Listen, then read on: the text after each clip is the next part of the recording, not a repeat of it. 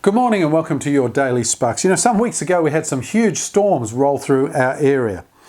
There are snowstorms, there are hailstorms, there are rainstorms, but there are also doubt storms.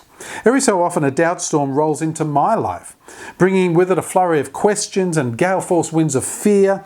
And soon after it comes, you know, when it all settles down, the light shines through and breaks through and the storm is broken. See, sometimes the storm comes after the evening news. Some nights I wonder why I even watch the evening news. In fact, I don't often watch it. Some nights it's just too much. It's just so gloomy. You know, 30 minutes of bite-sized chunks of tragedies. A handsome man in a nice suit with a warm voice gives us a ton of bad news. They call him the Anchorman. What's a good title? Because he needs an anchor in today's, one needs an anchor in today's tempestuous world, but they call him the Anchorman. Many people anchor their lives to what's happening in the news. Sometimes the storm comes when I'm at work.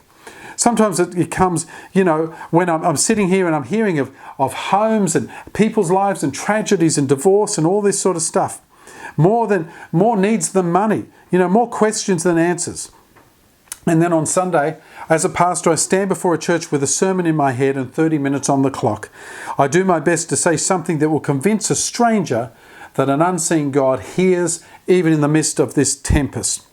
I sometimes wonder why so many hearts have to hurt. Do you ever have doubt storms like that? I do. Some of you seem full of faith, and if you are, God bless you. But others, if we're honest, we doubt and we question.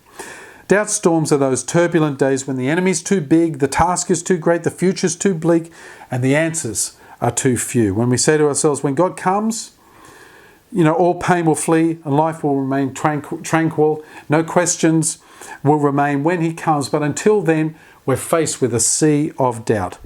Sometimes, because we look for the bonfire, we miss the candle. Because we listen for the shout, sometimes we miss the whisper. But often it's in the tiny, insignificant candles that God comes. And through the whispered promises he speaks, when you doubt, look around, I'm closer than you think. So today, if you face doubt, put it all aside, focus on him and listen for that still small voice. Look for that tiny candle. Because in the midst of all of the tempest, those little tiny things are often God leading and directing you and telling you to have faith. God bless you. We'll see you tomorrow on Sparks.